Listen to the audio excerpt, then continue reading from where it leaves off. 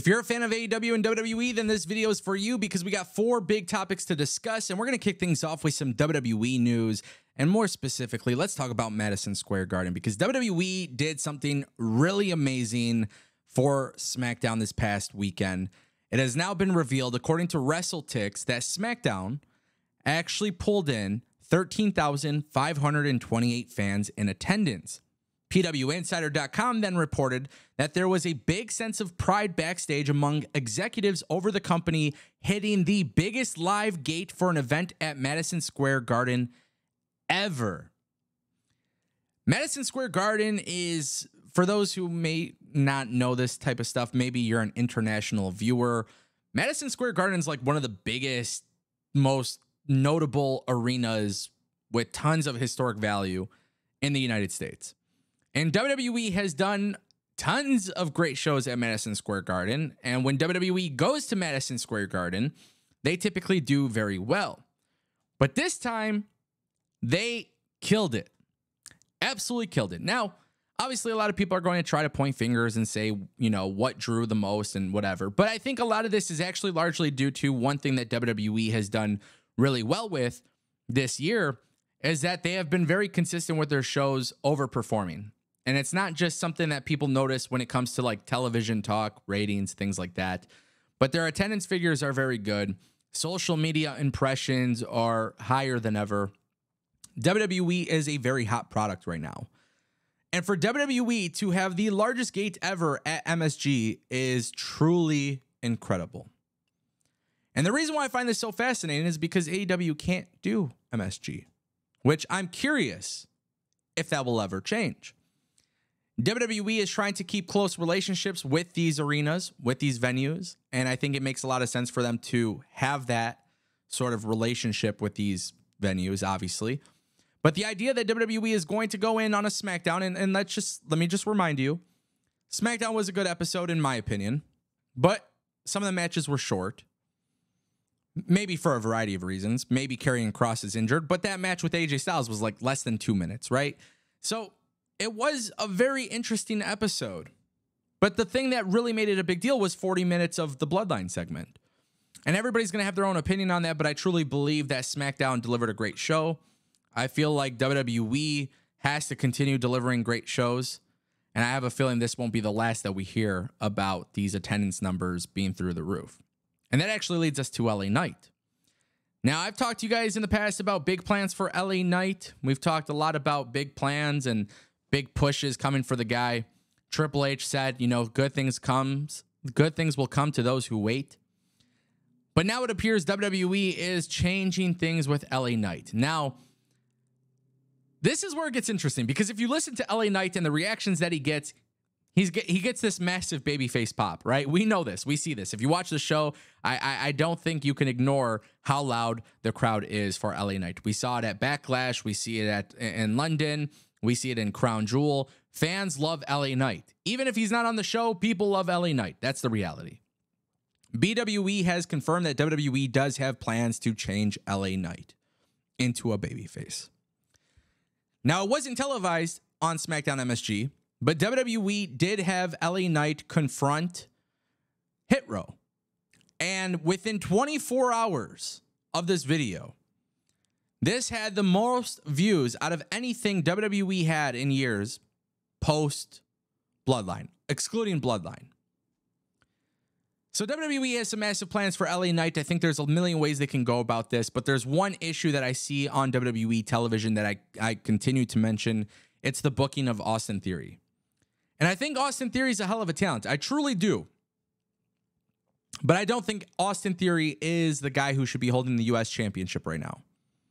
Him holding the belt, despite the fact that it's been booked pretty logically in terms of him cheating and basically getting lucky every time, I think Theory is actually being held back by the U.S. title, and I think he's holding back the U.S. title. So if I'm WWE, and I've said this before on the channel, but I would strongly suggest have LA Knight be the babyface that takes the U.S. title from Austin Theory. I think that would be a great strategy. I think if you're the WWE, it makes a lot of sense. This guy is one of the top merchandise sellers.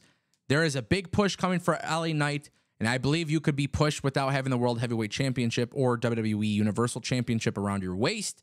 So if you're the WWE, LA Knight is a guy that you should be pushing as a top babyface in the company. And it's time for some big programs to come his way. And it looks like that could all be happening soon. And now it is time to talk about some very interesting stuff in AEW. Because just like LA Knight, there is somebody in AEW who is expected to get a very big babyface push. And that is Powerhouse Hobbs. Now, if you watched AEW Collision, Powerhouse Hobbs, he got screwed over by QTV. And I'm going to be honest with you. I tried to give quality TV a chance. I tried. I didn't hate it. Still don't, actually. I think a lot of people are shocked by that. I don't hate QTV. I don't hate anything like that. But I didn't really see the purpose of Powerhouse Hobbs being associated with it. Playing hot potato with the TNT Championship, I think, did more bad than good. And I think AEW agrees. Because if you looked at Collision, we had Powerhouse Hobbs turn face. Now, with AEW Collision and Dynamite not necessarily having a brand split, there kind of is a brand split in a sense. There are guys specifically being used for Collision, and they're not expected to be used for Dynamite. Again, this is not like some formal announcement from AEW or anything like that, but they're trying to make the shows different, right? And that's one of the ways that they're going to do it. Because it's not like a formal announcement, AEW is not in a situation where they're going to struggle with maybe backing themselves into a corner, because that doesn't seem to be the case here. But Powerhouse Hobbs did turn face, and the plan is for big things to come. Now, how they go about this, that's going to be the interesting thing. That's the question mark. That's what I think is like really important for AEW to figure out. But also at the same time, too, I'm looking at this from a perspective where that Powerhouse Hobbs has a huge ceiling. But in comparison to LA Knight, he ain't getting big baby face pops. He ain't getting big pops in general. And I think that comes down to booking. They're two different characters, two different type of characters, two different type of wrestlers. But the idea that AEW wants to push Powerhouse Hobbs as a babyface, as a top babyface, I think could be really good. And I'm just going to throw this out there because some people might not agree, but I do think if you ever want to fully commit to CM Punk turning heel, CM Punk putting over Powerhouse Hobbs would not be a bad idea whatsoever.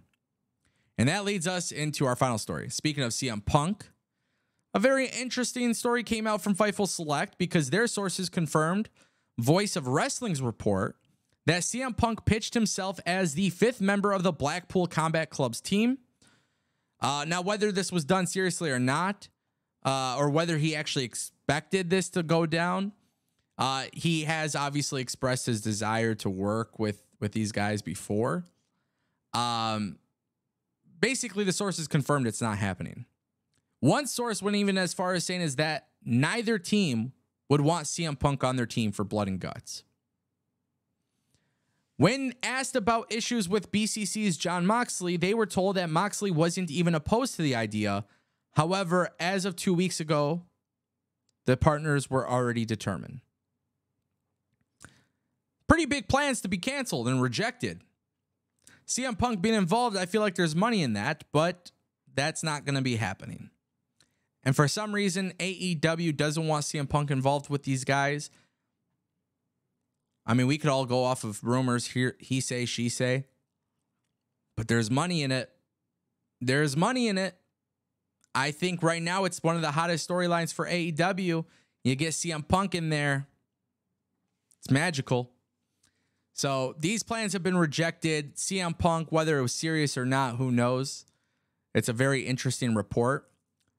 But it's something that I think could be a mistake. Because I think CM Punk would be great with these guys. I think there's a lot of reasons as to why it could work. And within time, we'll see if AEW ever changes its mind. Let me know what you guys think in the comment section down below. Thank you for watching.